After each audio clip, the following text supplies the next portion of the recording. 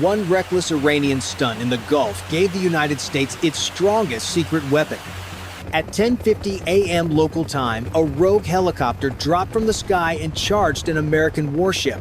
Moving at over 100 miles per hour, it locked onto the United States vessel. The target was the USS Fitzgerald, a massive 10,000-ton destroyer. The attacker was a rusted helicopter trying to play chicken with the best warship on Earth. Instead of backing away, the enemy angled directly at the patrol route. Radar screens tightened. The aircraft dropped to a dangerous 500 feet. Sirens echoed as defense systems woke up. The crew had mere seconds to react before collision. This was not a navigation error. It was a political message, written in steel. Iran wanted to force the ship to turn around to prove they control the water, but they had no idea they were provoking the wrong force. If you want to follow this confrontation moment by moment, hit subscribe and let us dive in. To understand why this was so dangerous, you must look at the map. The Arabian Gulf is not just open water. It is a tight, crowded highway where 20% of the world oil flows every day. In this narrow space, every radar is spinning all the time, and every regional force is watching everyone. For the American sailors on the USS Fitzgerald, this was not just another morning patrol. It was a powder keg waiting for a match. When you are standing watch on a destroyer loaded with 90 deadly missiles, the hardest part of your job is not fighting. The hardest part is having the discipline not to shoot. One wrong move, one panicked decision by a 20-year-old sailor, and a massive regional conflict erupts right there on the water. Iran knew exactly what they were doing. After suffering massive humiliations on the global stage, their military desperately needed a public relations victory back home. They knew they could not win a real fight against the United States Navy, so they opted for pure theater instead.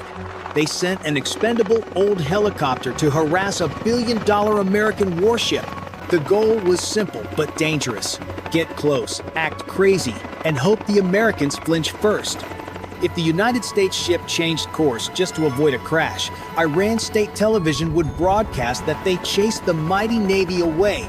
It was a high-stakes game of bluffing, played over deep water where any mistake means death. The tension on the bridge was incredibly thick. The crew had to balance their right to defend the ship with the crushing weight of global politics.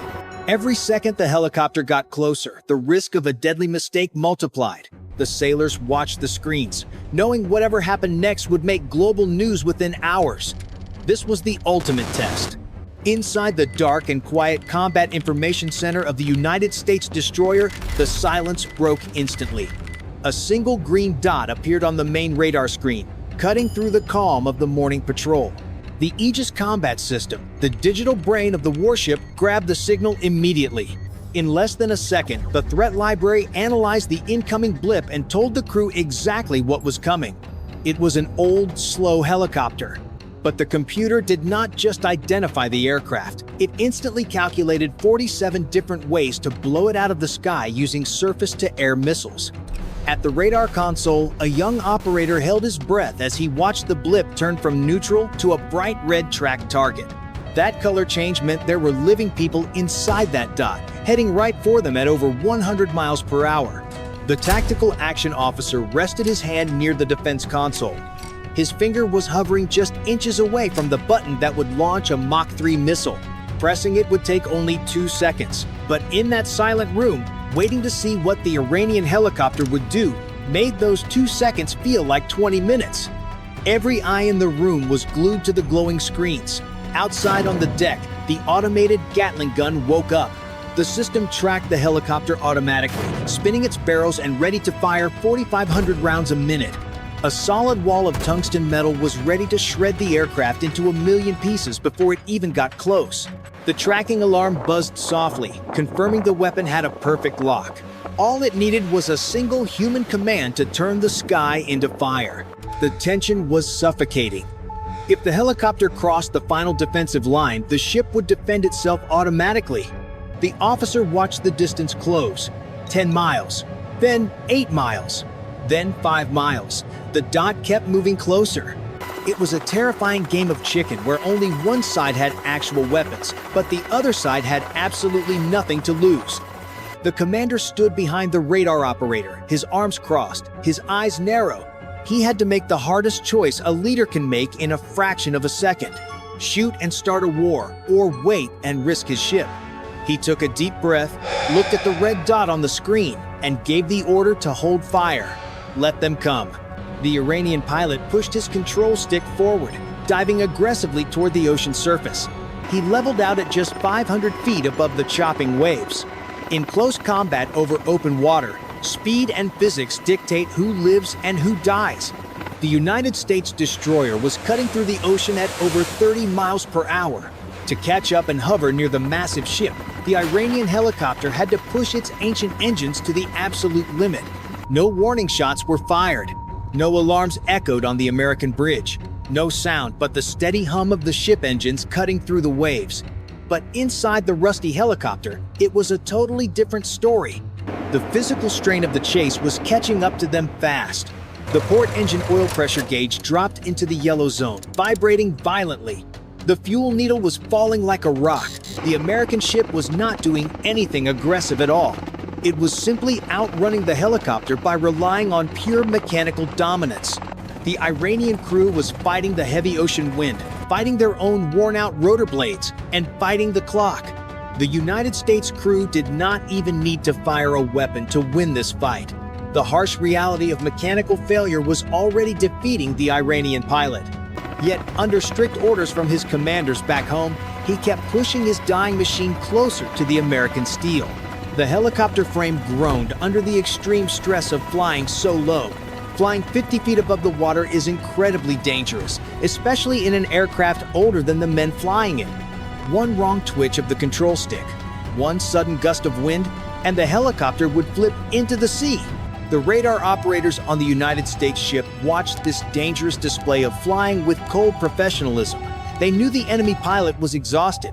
They knew his equipment was failing.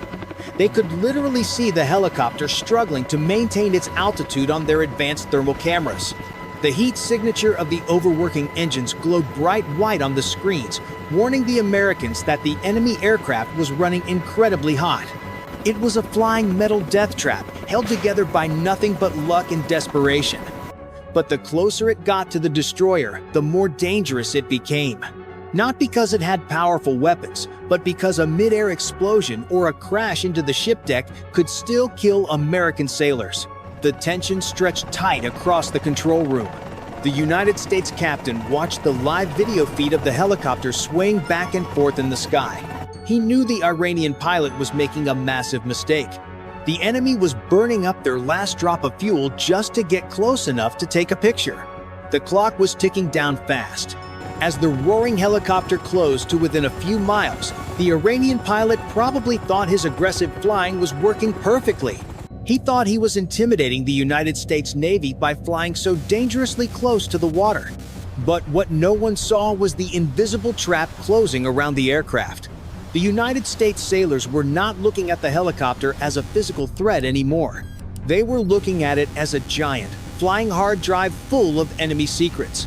The massive destroyer electronic warfare system was silently sucking up every single emission the helicopter made.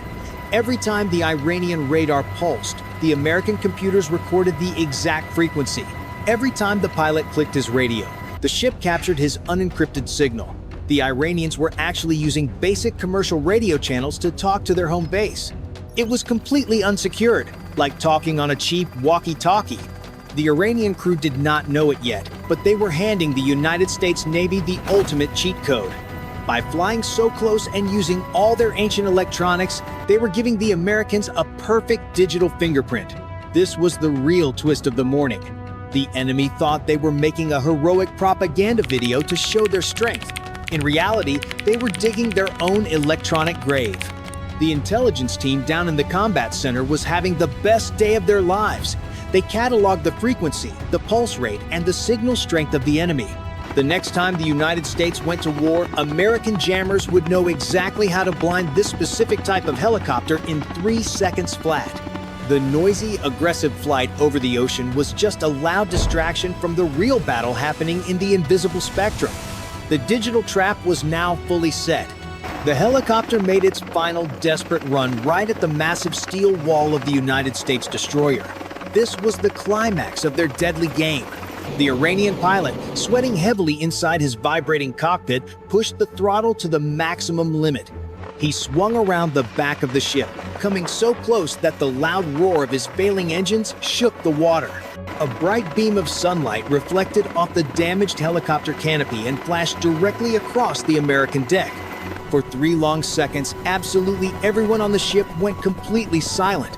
The sailors held their breath, watching the massive shadow of the enemy aircraft cover them. It looked like the helicopter was going to lose control and smash right into the radar tower. Down in the combat center, the tactical officer stared at the screen as the red dot merged with the center of the ship. The weapon systems were locked and ready to fire thousands of rounds, just waiting for the machine to make one wrong move. The tension was incredibly high. Suddenly, the radio cracked loudly with static. "American warship, you are approaching Iranian territorial waters. Change course immediately." The pilot voice was shaking. He did not sound like a fierce military commander at all. He sounded like a terrified man pleading for his life before his engine died. The United States captain did not even blink. He looked out the window at the struggling aircraft and gave a calm, simple command to his steering team. "Hold steady." The massive warship did not move an inch from its patrol route. Down on the main deck, a few American sailors doing routine maintenance finally looked up at the noisy machine hovering just a few hundred feet above them. One of them actually raised his hand and waved at the Iranian pilot. It was the kind of lazy wave you give to a passing tourist boat on a summer afternoon. That simple wave was the ultimate insult. The Americans were not scrambling to battle stations. They were completely ignoring the threat. Inside the cockpit, pure panic set in. The helicopter oil pressure alarm screamed in the pilot's ear. The crew chief tapped him frantically on the shoulder and pointed at the empty fuel gauge. They had barely enough gas to make it back to land. If they stayed hovering over the United States ship for one more minute, they were going to crash straight into the cold ocean. The pilot had to make a choice right now: dive for a cheap political stunt, or turn around and retreat. The clock ran out, and the machine groaned loudly. Right at that moment, the United States warship made a routine turn to follow its daily patrol route. The desperate Iranian pilot saw his chance to escape without looking like a coward. He keyed his radio, declared loudly that the American ship was retreating, and banked his dying helicopter away. He pushed the failing machine back toward Iran, surviving on just a few drops of fuel. Within hours, Iranian state television took the blurry footage, added dramatic music, and proudly claimed their brave pilots had forced the United States Navy to run away. It was a massive fake victory for their local audience, perfectly designed to hide the fact that they almost lost a crew to slightly annoy a morning watch team. The strategic reality was entirely different. It proved how desperate nations will use cheap, expendable machines to force billion-dollar responses from a global superpower. It is a dangerous game of optics where the cost of playing is incredibly unbalanced. A rusty helicopter from the 1970s costs almost nothing, but it forces an advanced United States destroyer to power up radar systems and prepare missiles that cost millions of dollars each. The United States Navy walked away as the real winner. They did not panic, and they did not waste a $2 million missile on a completely worthless target. Instead, they absorbed terabytes of valuable electronic intelligence to make their ship defenses even stronger. They learned everything about the enemy communication style without firing a single bullet. The United States let the Iranian crew live to fly another day, letting them think they actually won the fight. But everyone inside that dark combat center knew the terrifying truth. This event was a practice run to see how the United States would react to a sudden threat dropping from the sky. If a real war kicks off in that narrow stretch of water, the United States will not wait around to collect data. The rules of engagement will change. But this was just the test. The next strike may not give them 10 seconds.